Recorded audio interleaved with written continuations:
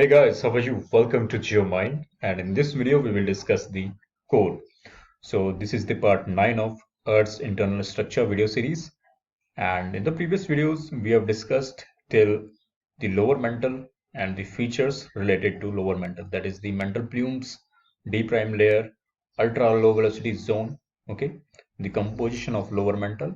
We have discussed all of this. Now we will be discussing the inner core and the outer core in this video.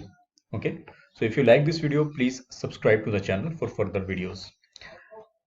Now, here are some questions for you, and you have to answer the correct one. All right.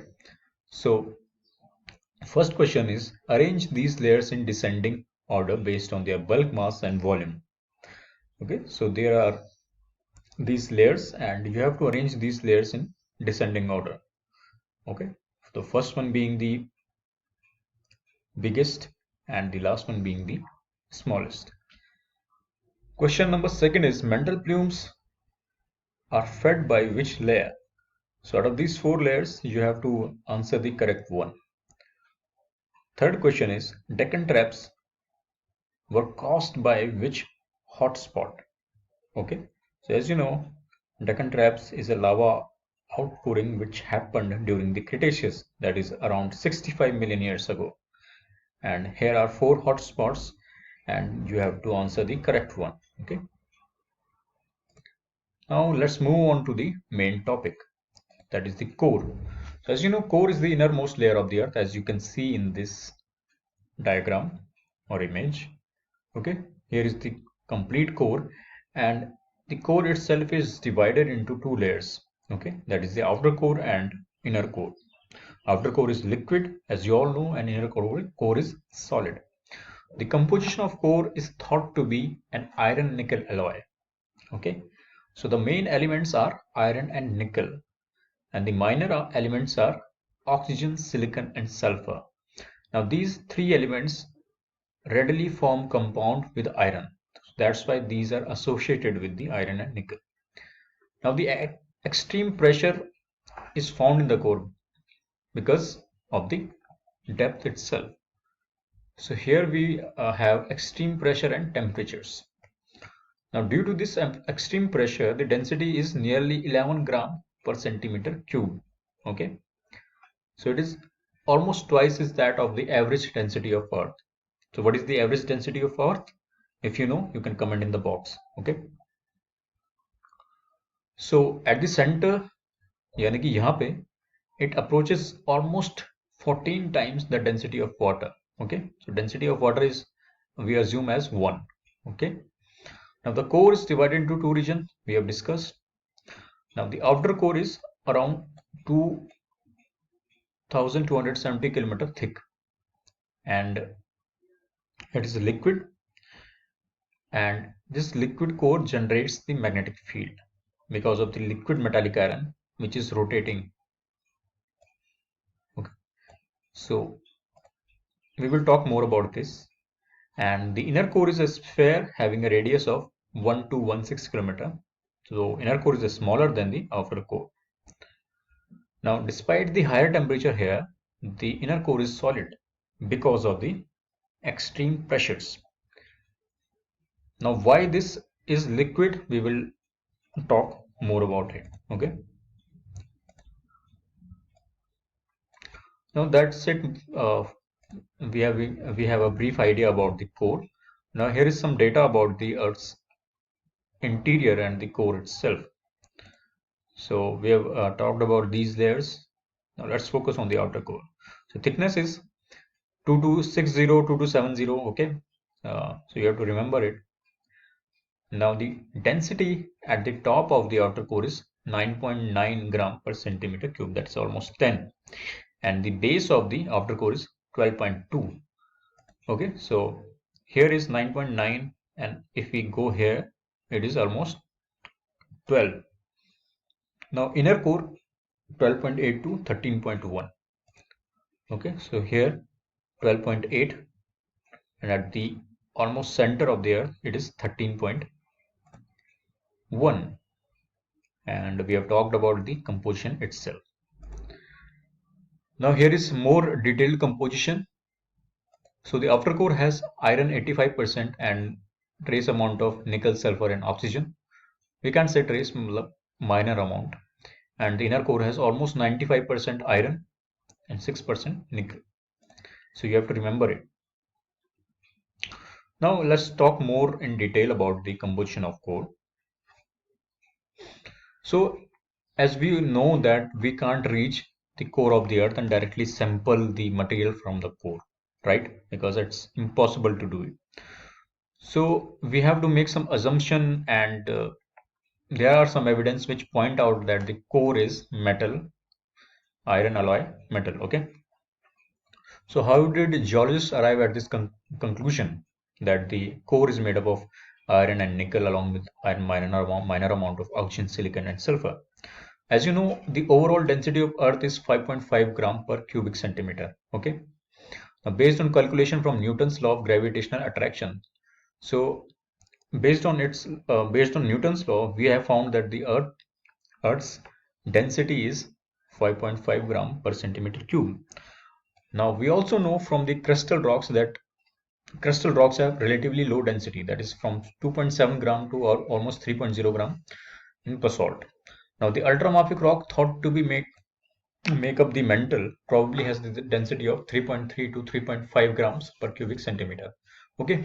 Now all these layers have density which is lower than the average density of Earth. Now that makes one speculation that the rest of the Earth should have the density greater than the 5.5 gram per centimeter cube. Okay. Now if the Earth and the mantle, if the crust and the mantle, which have approximately 85% of the Earth's volume, as you all know, are at or below the average density of Earth, जैसा कि मैं बता रहा था, then the core must be heavy. Okay, so you have to remember it. The core must be heavy to bring the average up to 5.5 gram per centimeter cube. So from the calculations, okay, or from the calculation of volumes and this density, we have come to find out that the core has a density of about 10 grams per cubic centimeter at the core mantle boundary and increasing to almost 13 grams per centimeter cube at the center of the earth. Okay, so that was the idea. Now, under the great pressures existing in the core, a mixture of iron and nickel would have a density slightly greater than that required in the core. So, a laboratory experiment have found that the iron alloy of iron and nickel alloy have the density greater than what we have found at the core. So that led us to speculate that the minor amount of oxygen, potassium and sulfur must be there to balance out the density itself. Okay. Therefore, many geologists think that the mixture make up the core. Also, we have found about the core itself from the meteoroids, because the ancient meteoroids are the parts of the solar system that were formed during the 4.5 billion years ago. Okay, when our solar system was formed. So that was about the composition itself. Okay. Now also the Earth's magnetic field which is generated also point out that the core of the Earth must be metal. Okay. Now let's talk about why the outer core is liquid. So here is the geotherm and mantle melting curve. Okay. So this yellow line represents the average geotherm. Geotherms mean how the temperature is increasing with depth. Okay. So if we talk about the outer core, as you can see here, this portion, the geotherm is exceeding the melting curve. Okay, it means that the outer core is liquid. All right, because temperature is high and the melting curve is below this temperature. So in order for rocks to melt within the earth, the melting curve for the rock must be to the left of geotherm. As you can see here, it's in the left. Okay. Here are some more infographics about the core.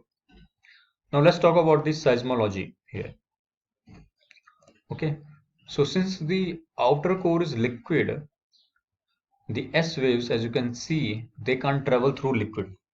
Okay, so we have discussed about the earthquake waves. These are the P and S waves. Now P waves can travel through the liquid but at lower speeds. Okay, तो यहाँ पे उसकी speed क्या होगी, कम हो जाएगी.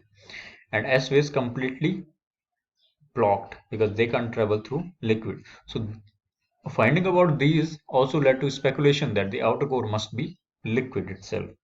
Okay. Now let's talk about the discontinuity. So this discontinuity between the outer core and inner core is known as Lehman discontinuity. Okay, which separates the outer core and inner core. Again, the P wave velocity is sharply decreasing here from almost 14 to almost 7.5 km per second here. Okay, at the core mental boundary. Then again, it's gradually rising. Okay, and then up to 13 again here, 13.5 here. Okay, so watching this velocity of P wave, one question must be coming to your mind that why the velocity is high in the mantle but slightly lower in the inner core. Okay, so this question is a very interesting question, and if you know the answer, you can comment in the box. Okay, I will provide the answer in the next video. Why the velocity is high in the mantle, slightly high than the inner core. Okay, because the logic says that the inner core must be more dense. Okay, it is dense than the mantle. So why this is happening? Now let's talk about the Earth's magnetic field. So Earth magnetic field is, as we all know, the Earth has a magnetic field because if you point the compass, it will point in the north itself. So it gives us the it gives us that the Earth has a magnetic field itself. Now, why the Earth has a magnetic field? As you all know, the the outer core is liquid. Okay, so as you can see in this diagram, what it does is that this liquid iron is convecting, okay, heat, and as this liquid iron is moving fast, okay, it is rotating like this in the columnar fashion, and by this rotation, you must have read in the physics the dynamo effect. Okay, so this rotation of metal generates the current, electric current, and as this electric current is rotating something like this rotating electric current is also generating the magnetic field itself. Okay, so that's how the magnetic field is generated. Okay, so strength is the greatest in the north pole and the south pole because the earth itself is like a bar magnet. Okay, so the core is generating the magnetic field and the earth is behaving like a bar magnet. Okay, so the lines are, or the field is generating from the south pole and entering to the north pole, but in actuality the north pole we call, okay, the geographic north is actually not actually the south magnetic pole here because the our compass is like this. Okay, it has a north and south needle, so its north is actually point out the south of the magnetic pole. Okay, so in actuality the magnetic pole we have and we call it the north pole is actually the south pole. Okay, you have to remember it. Now this magnetic field also generate the magnetosphere. Magnetosphere is actually the magnetic field of the earth which protects the earth from harmful cosmic rays, okay, which come from the sun. And as you can see, the aurora borealis is actually the phenomena which is caused by the cosmic rays interacting with earth's magnetic field. Okay, now there is magnetic reversals. Okay, so this is not the topic we will discuss right now. So that's it for the core, and if you want me to discuss the magnetic reversal topic, we will discuss it in the next video. Okay, thank you. thank you for watching, and please like, share, and subscribe. Thank you.